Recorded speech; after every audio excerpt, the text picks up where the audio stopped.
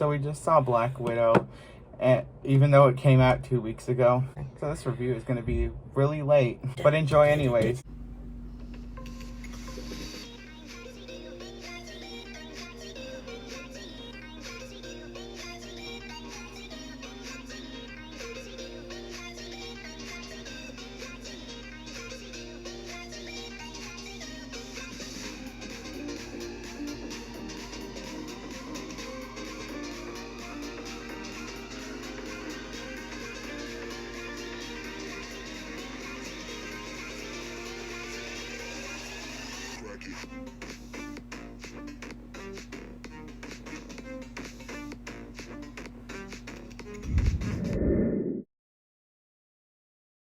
After a year of delays and 11 years in the making, Black Widow has finally came out. This video will have some spoilers in it, so if you haven't seen the Black Widow movie yet, I advise you go see that first before watching this video. Yeah, but they probably have. It's been 2 weeks, but yeah.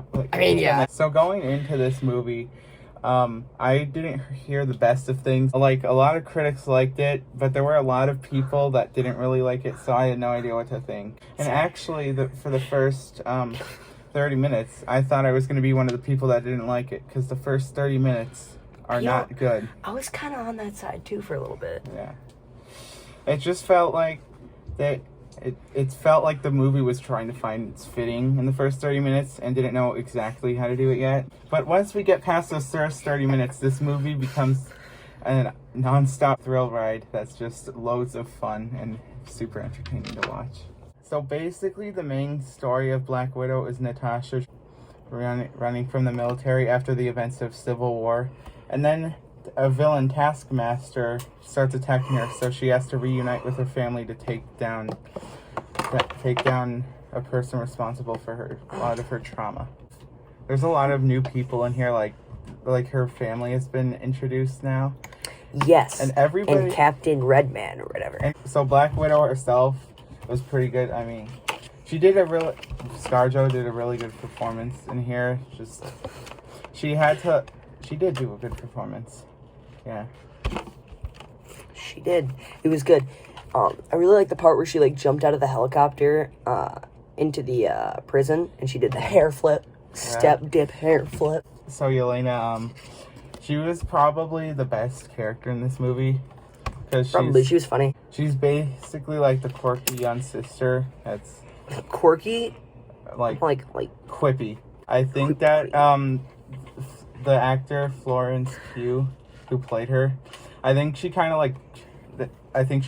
bounced off of ScarJo's energy to make a cool character.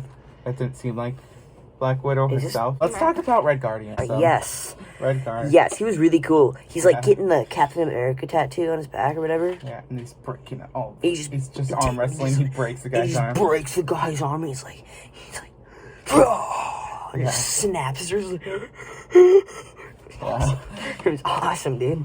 He's kind of like the lesser person in here. Like, he doesn't have a whole lot to do more than ScarJo and Florence Pugh. But still, the actor David Harbour did a really good job with what he had. So Melina is probably the worst main character in my opinion. I'm just kidding. Yeah, she probably was. She's just she doesn't do much except for a possible betrayal, but it's not. I think, okay, so in my opinion, I feel like she had too big of a part. I feel like she should have just been there and been like, oh, hey, I'm your mom. Oh, no, I'm dead. See ya. And she also was, introduced so late. Yeah, she's not really, the character you get invested in when she was, introduced to the movie when there's only, an hour left of it. So Taskmaster, I don't know a whole lot about Taskmaster, but in the comics, he's apparently a boy, but they gender swapped it now. They gender swapped it because, it's 2021, Yeah, I mean, and making Taskmaster a girl just seemed, when you find out that she's an actual girl, it just kind of, makes it, weird when you see her in costume.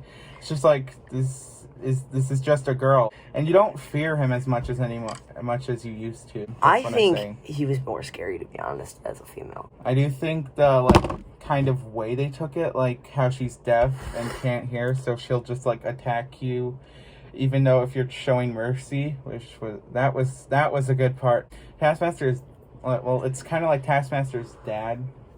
He was like a secondary villain, and he wasn't that good in it. Just saying.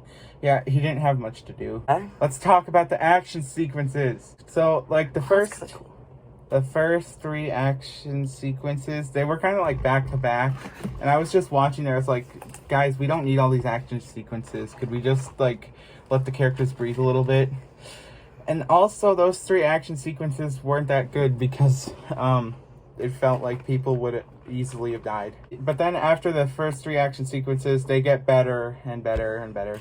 Because more characters are introduced, so it makes them more exciting and thrilling. But the one kind of problem in here is that all the action sequences feel like they're straight out of a Fast and Furious movie, where characters just like fall from buildings. What is that a problem? Why is that a problem? It's not really a problem when you accept it, but when you're first watching it, and Marvel hasn't really done this stuff before, it can feel kind of jarring. So the family element is pretty good in here. You liked Black Widow in the first the everything in like in the previous MCU movies, but now you like her even more because you know her backstory. Basically, the family element makes the movie stronger and makes it really it makes it way more exciting than it probably would have been if there wasn't a backstory to it. So overall, Black Widow, I enjoyed Black Widow more than I thought I would, and I'm gonna give it an 8 out of 10. Yeah, I'm gonna get it 8.1 out of 10. Okay. Alright. What about you, that? Paxton? I'll give it a 7.9. So thanks so much for watching this review. So it's like I'm gonna have a couple more reviews before July ends. Also, I should have a vlog uploaded for this. So it's over on Nerd Nation Vlog, so you can go check that out if you want to. Making movie